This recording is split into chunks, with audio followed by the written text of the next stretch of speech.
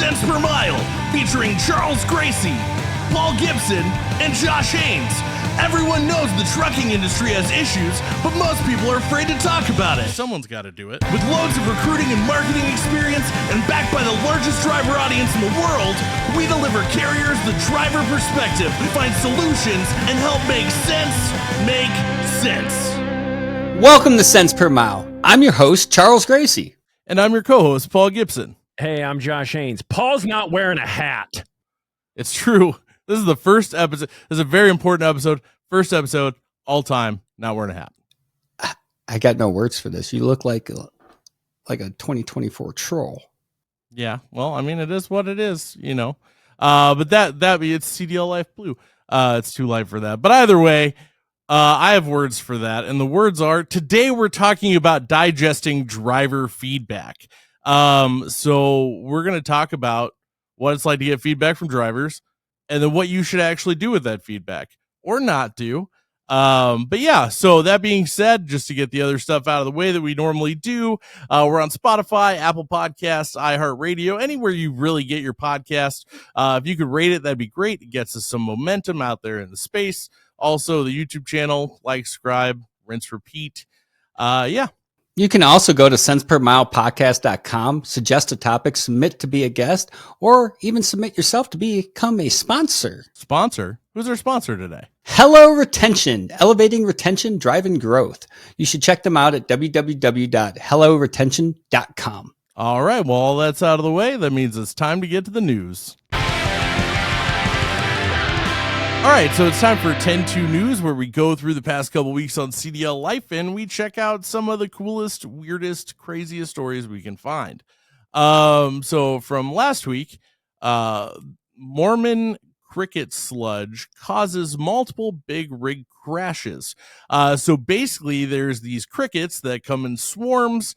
They're on the ground, and for some reason, they hang out in the road a lot of times in mass.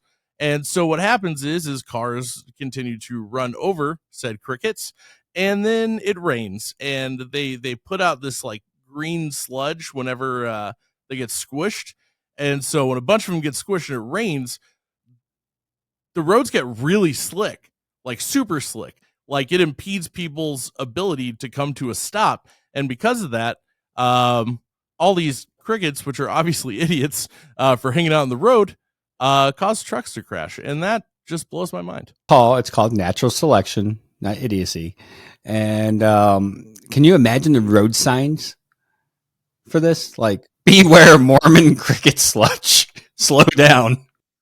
Like crickets crossing sign. Except for I saw some video, they just hang out on the road. That being said, our next story is a little more wholesome, a little less weird. So there's a driver named Doyle Archer who has just gotten the Guinness Book of Records for being the oldest driver to drive. He's 90 years old. He has driven 5.5 million miles. So if you're keeping track of that, that's enough to go and drive completely around the equator 220.8 times. And that's enough to drive to the moon and back 11 and a half times, which is insane. Even though we've never met, I would like to say congratulations to Doyle and beating out the statistic that drivers typically live 16 years less than the average American. It's impressive. And he doesn't look like he's hanging it up anytime soon. So no, he even said like he has no plans of retiring till his health kicks him out of the truck. Well, with today's rates, not many people can think about retirement. I'm just surprised the insurance companies aren't going after him. But he seems to be in good health. Either way, it's time to go behind the wheel. All right, so now it's time for Behind the Wheel, where being powered by CDLLife, we have access to the world's largest driver audience, so we can ask them questions and get real opinions from real drivers on real issues, except we didn't this week, for a good reason. So we could have very easily asked the audience, hey, do you think your company listens to driver feedback, or does your company do well with acting on drivers' needs that they've voiced? But realistically, that would be unfair because all of these drivers work at different companies. They're going to have a different experience. So I guess it's just a little PSA. If you like the show, that's all it's based on, is we take the driver perspective and give you their feedback so that way you can make choices accordingly, hopefully better ones.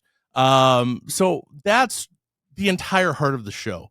This episode is just figuring out how to give drivers a voice, which is ultimately what we're entirely about. There's nothing more important than making sure these people on the road who already have a tough time out there, that you're not making their lives harder. And the best way to do that is to talk to them. No, there's one thing you can do better. You can just shut up and listen. That's fair enough. Well, that's what I'm saying. You got to listen to them. Because otherwise, you're just talking and tooting your own horn.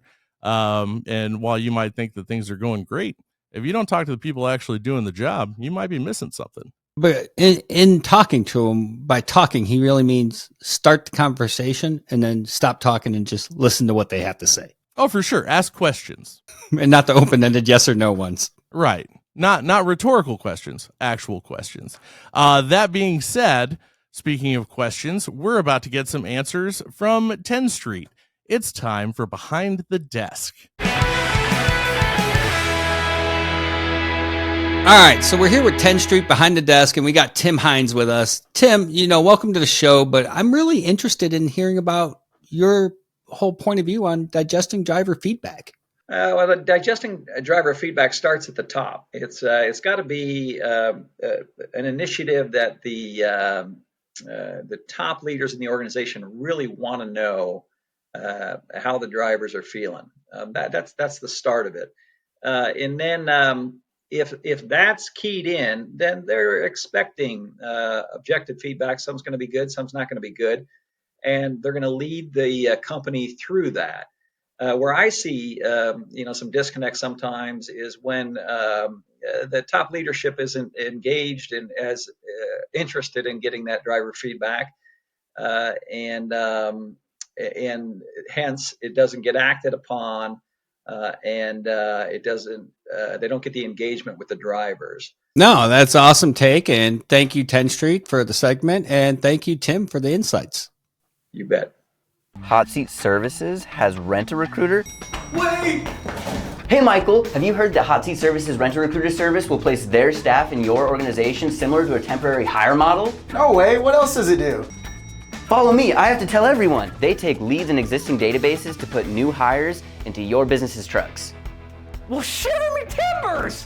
What else? Come on! Their model is more cost efficient because their recruiters are trained and can get your pipeline flowing easier and faster. No way. Anything else? No matter how many hires they make, it's a set cost per week, so the more they get, the better their client's cost per hire gets. Holy sh**. For more information and to find out for yourself, go to hotseatservices.com. All right, so now it's time for our main topic and time to make sense. All right, cool. So today we're talking about driver feedback and how to digest it.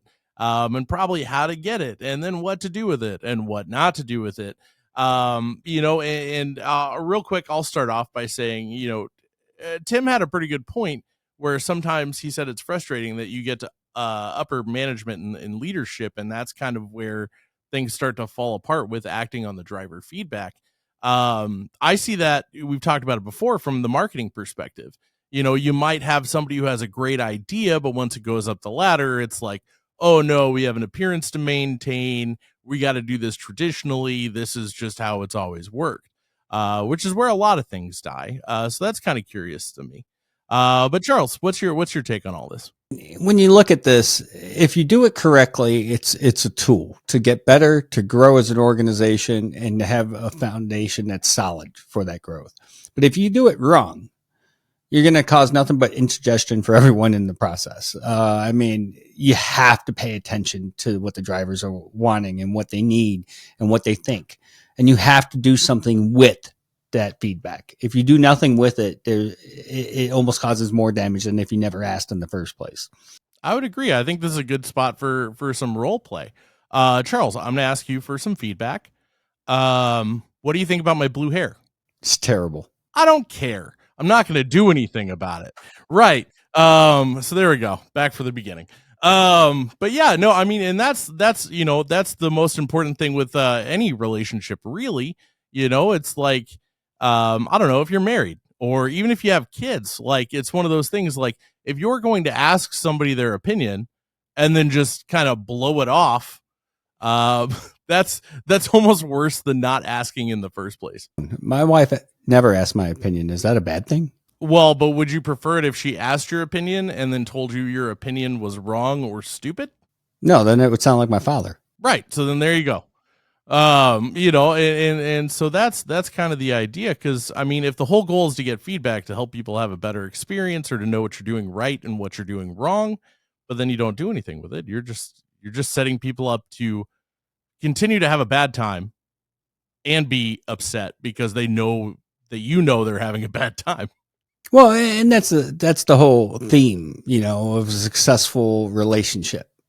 You have to have a two-way communication going. You have to be able to digest that communication and make change. And that is the foundation of success. So today we got a couple guests that we're going to be bringing on to share what that looks like and how that success looks and how to implement for success. But I think we should kick it over. All right. So who do we have for a guest today? Well, we got David Harper. He's the military program supervisor at Melton Truck Lines. Hey, Charles. Excited to be here with you guys. Hey, David, tell us a little bit about what you guys are doing over there to digest drivers' feedback and how you're implementing it for success. We're probably doing something similar that a lot of companies out there are doing. We're using platforms to garner feedback from drivers, right? But the challenge is not just getting the feedback, but like you guys have already alluded to, the challenge is taking that feedback and implementing action to enrich the lives of your drivers and their families. So that's something that we take a lot of pride in, and we've developed a number of different programs based off the feedback from the drivers through these platforms. But it takes a true desire, again, to listen to those drivers and implement those programs so that they are here, feeling heard as an individual, feeling heard as a driver, and an important part of the company. So now you're the military program supervisor. So you're working with a niche market where you have to collect that feedback and then implement it not only for a driver, but for a veteran. So I imagine that takes a little bit different of approach and a little bit more unique as far as how the solutions are implemented that are going to work for success for both those individuals and the company. Oh, absolutely. And it actually starts much, much sooner, so one of the approaches that we take is we want to make those connections as these service members are preparing to transition from the military. So we're starting to build those relationships with these drivers, early on in the process. So by the time we get them to the company, we have a deep understanding and mutual relationship already built with them. And the thing that we like to do is provide mentorship and explain it's not much different from the military, right? To where you can't just present a problem, present an issue. You have to present a solution as well, right? So whenever they're providing feedback, that's really what we're hoping to gain from these military veterans is just don't tell me what's wrong with the company. Don't tell me what's wrong with your role in the company. Give me some ideas on how we can provide some real world solutions. And we've taken a lot of that feedback and how do you measure how the feedback is impacting the drivers? Well, I think turnover and retention is a great way to measure that, right? And so if we look at turnover, in trucking, we know 100% is kind of the metric, 100% plus, right? Well, you go through some of these retention programs to take this feedback and really kind of implement it and have that impact these drivers on a daily, a weekly, and throughout the year. And we've seen our turnover drop over 40% among our military veterans. So, it's pretty impressive. Well, I think one of the cool things there is when you're talking to veterans, one thing that we've already talked about in our own conversations is that veterans love to offer solutions. They've been bred and raised to offer solutions, not just identify a problem. So in your setup, asking them, hey, it's great. You identified a problem, but what can you offer me as far as a solution? So I have a starting point. I think that's a great starting point for that feedback loop. Oh, absolutely. Absolutely. And again, through mentorship is preparing and helping these guys understand what this industry truly looks like, understanding what a daily basis is going to look like for them as an over-the-road driver for Melton Truck Lines. to kind of put them in that headspace to understand what are some real world solutions that I can provide. Not just a solution like I need more money, right? I need more home time. Let's really talk about how we can make an impact on your life that's something reasonable, right? That's going to benefit you and the company. So, in the interest of feedback, I have a question for you before you leave us to go on to bigger and better things than cents per mile. Who's your favorite person on the show? I'm going to stop you right there. That is not fair. I don't think me and David have ever actually met. So I would like to negate your question, but follow it up with, hi, David. It's nice to meet you. It's great to meet you. I love everyone on the show equally. Charles. Are you running for office? Well, hey, thanks for sharing some of that feedback and experience for our listeners and viewers, David. And if someone wanted to get a hold of you guys or your program, how would they do so? Hey, thanks, guys. I really appreciate it. You can always just go to meltontruck.com. If you're a military veteran, we do have a support line set up for you guys. Go to meltonmilitary.com. You can also email us at militarymelton.com. Awesome. Well, thank you again for joining us, and go Navy. Semper Fi. Reputation is everything when it comes to your brand, but it can be hard to maintain and even harder to quantify. With CDLLife's Reputation Watch tool, you can get access to insights from the largest driver audience in the world. Drivers will be anonymously presented a short survey about your company. Then we'll deliver you the data showing how you're perceived by drivers and the level of awareness you have within the market, better enabling you to leverage other awareness tools effectively and efficiently to improve and grow your brand. This tool could change everything. All right, so that was a lot of good information. Some pretty cool takes in, especially like managing veterans in that scenario. I imagine is a little bit more complicated. So that's pretty cool, because you have the two main groups of people with the best BS detectors are truck drivers and veterans. So you're just doubling down at that point. But speaking of driver feedback, so we've talked a lot about how you need to act on it. But let's say you're doing the right thing and you're going out there to get driver feedback, and you have every intent in your kindest of heart to do everything you can to make those things better, to fix the bad things. Obviously the good things are great, so you keep doing those, but to fix the bad things. But there's going to be some feedback, because of the nature of the job and the way companies are ran, that you're not going to be able to fix. That's just the name of the game. So I would be interested, Charles, what is your idea on what to do with feedback you receive other than acknowledging it and explaining, why it can't happen? How do you handle feedback that you can't actually act on? Well, I think part of the answer was in how you phrased your question, Paul, because part of it is there's certain things that you can't really change. It's just fundamentally a foundation of what we do. So what you need to do in those situations is explain the why it exists. You explain why it can't get much better or why it is the way it is. And then you focus education around awareness to that. And you also make the commitment to try to make it better, or, raise the communication around it, or have a continuous effort to try to curb it as things become present that can solve that.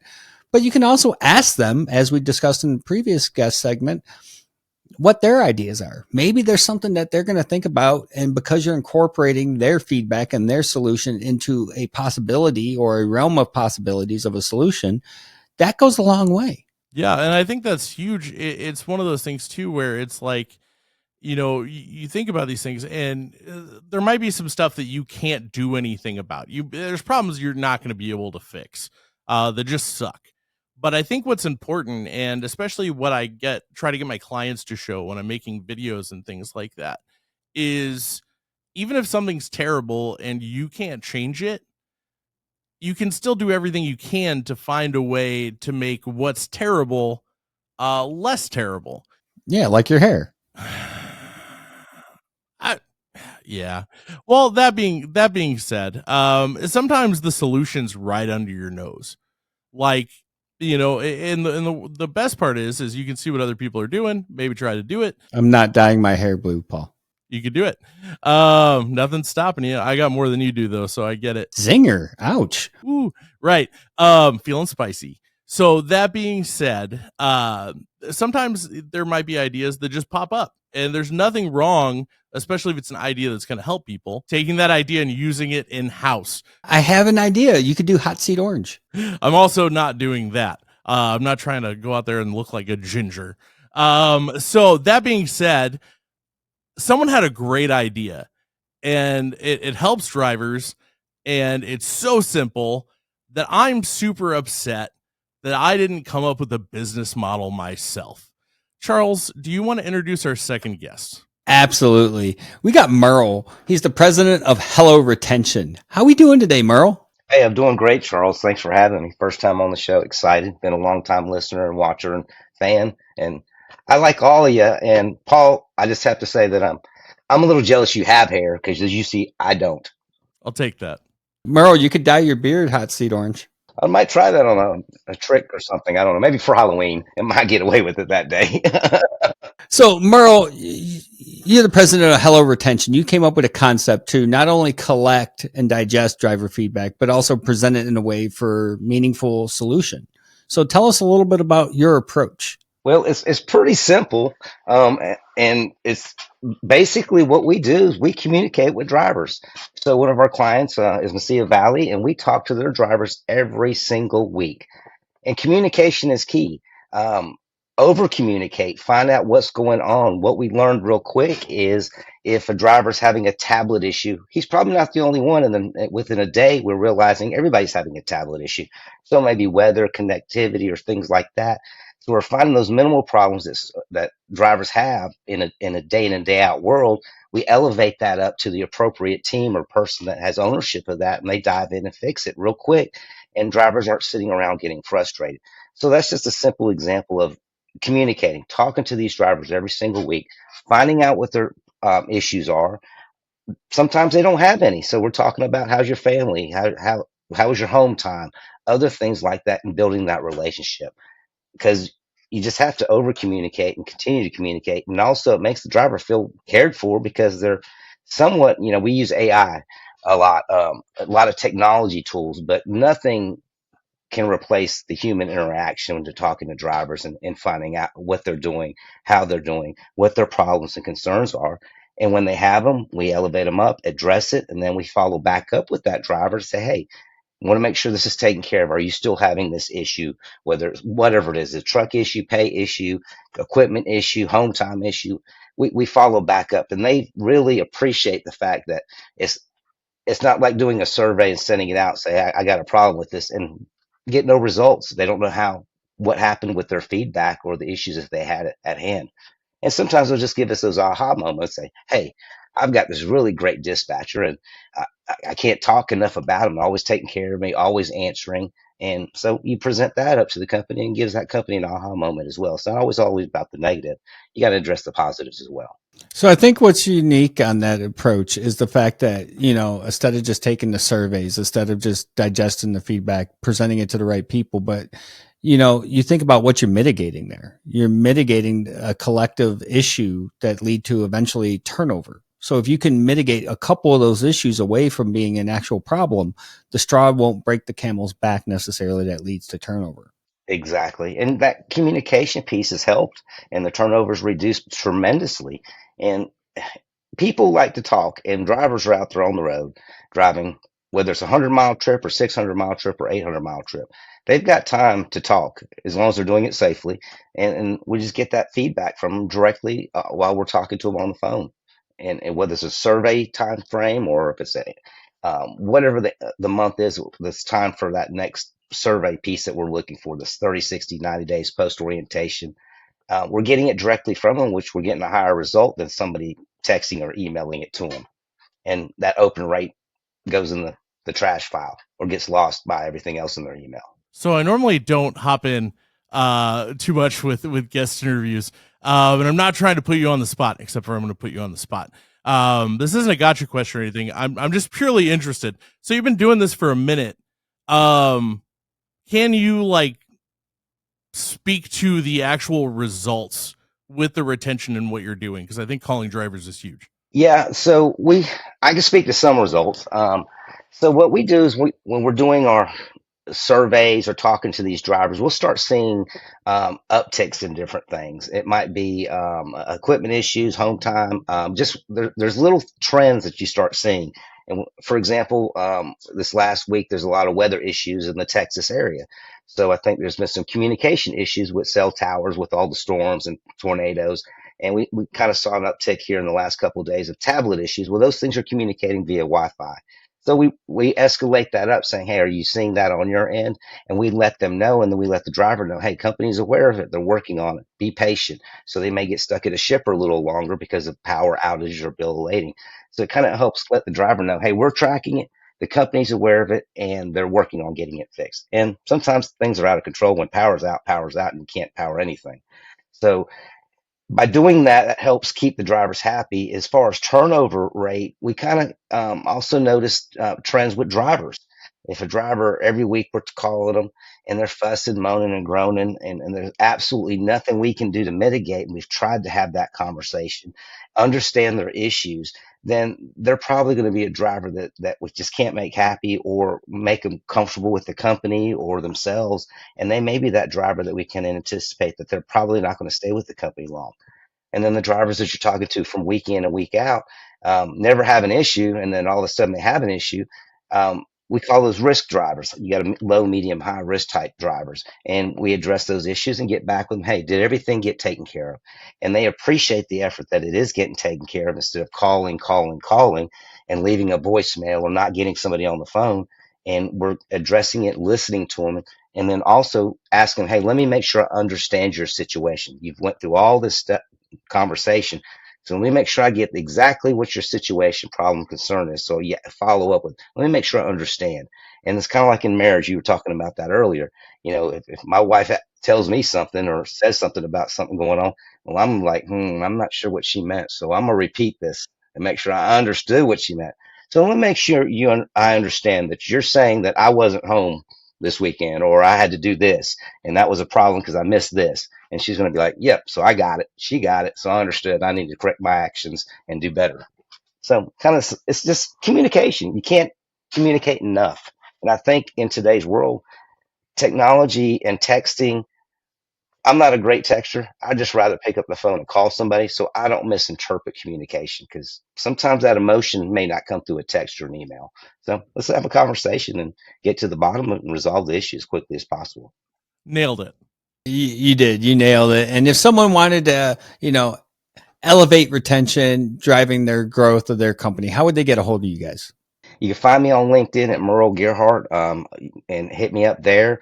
You can call or go to our website. That's probably the easiest is to go to our website, www.helloretention.com, hit the contact us, and I'll pick the schedule that you're available. I'll make myself available, and we'll have a conversation about what your needs, wants, or concerns are and see if we can do something to help you out and mitigate some of these problems and give you some examples and allow you to talk to people that have found success using us. Awesome. Well, thank you for coming on Cents Per Mile, and I look forward to hearing more in the future. Absolutely. I appreciate you guys having me. Thank you so much. Before we go, real quick, what's your quick final thoughts? Honestly, final thoughts on this is to steal the words out of one of our show's friends and sponsors, Robert Pearson. Shut up and listen. And then when you listen and get what you need, do something with it. Yep. I mean, that's that and communication, but also, just like that, it is a two-way street. Speaking of, while I wasn't talking, I digested some feedback from Josh, and that's all the time we have today. Well, with all good things, they come to an end. Until next week, thank you for tuning in to Cents Per Mile. I'm your host, Charles Gracie. And I'm your co-host, Paul Gibson. See you next time.